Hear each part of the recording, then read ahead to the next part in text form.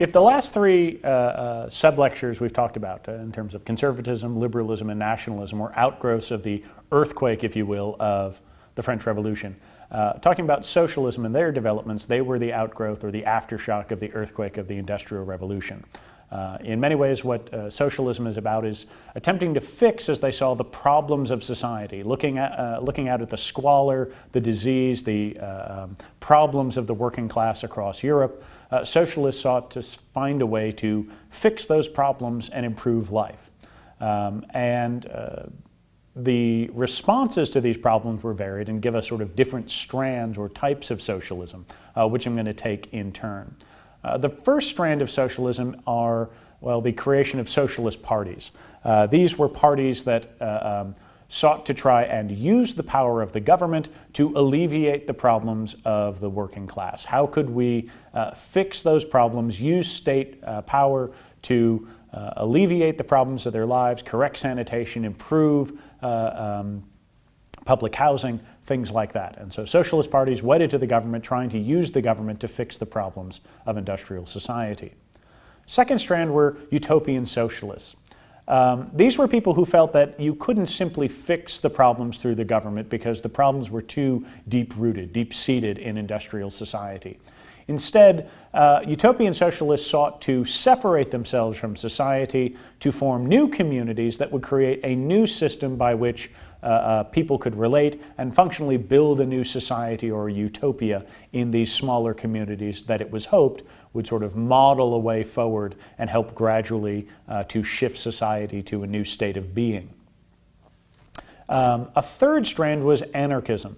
They, like the utopian socialists, believed that again, society was too far gone. You couldn't, like the socialist parties, work within the system to improve it. But they, unlike the utopians, weren't planning on separating themselves and becoming hermits. They intended to fight the system.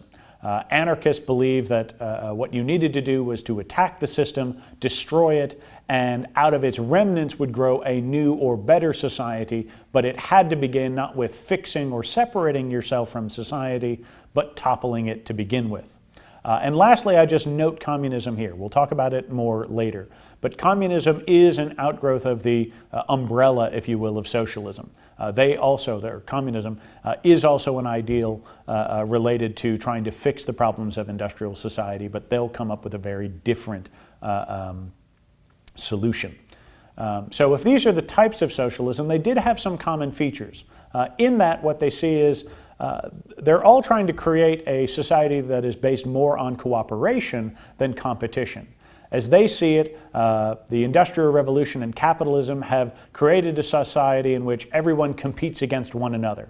And there is no sense of common cooperation. There is no sense of communal belonging. And that's what they want to promote. They want to create a new sense of community and connectivity, which they believe they will through their varied attitudes towards how to bring that about, whether through government action, creating a utopia, or destroying the entire society as it stands. And part of the reason they think that competition has overtaken cooperation is private property. They see private property as the problem. Private property allows people to own land and separate themselves from their fellow man, and thus they see private property as something that needs to be corrected. In utopian socialist communities, farmland was held in common, land was held in common. Capitalism talks about the workers seizing the means of production. In all of this, there is a distrust of private property. I want to help you make a bit more sense of maybe one of the more confusing elements or strands of socialism, which is utopian socialism. I'm going to use the example of Charles Fourier. Charles Fourier was a utopian socialist who sought to build a new community. He sought to create what he called phalanxes, which were new farming communities where people would come together, work cooperatively, and create a new society that would be a model for others to follow.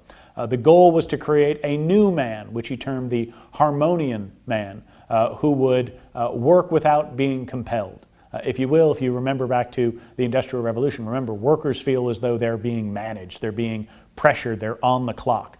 The goal of the utopian socialists, the goal of Fourier, was to create a new community where a man would ultimately work without having to be compelled, without having to be forced, without having to be managed or watched.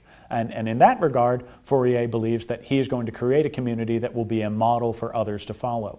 And Fourier is popular.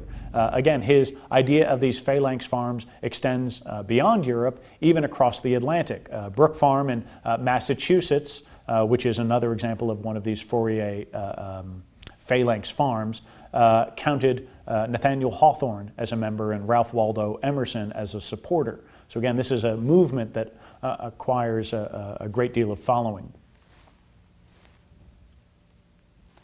But there are other examples of socialism.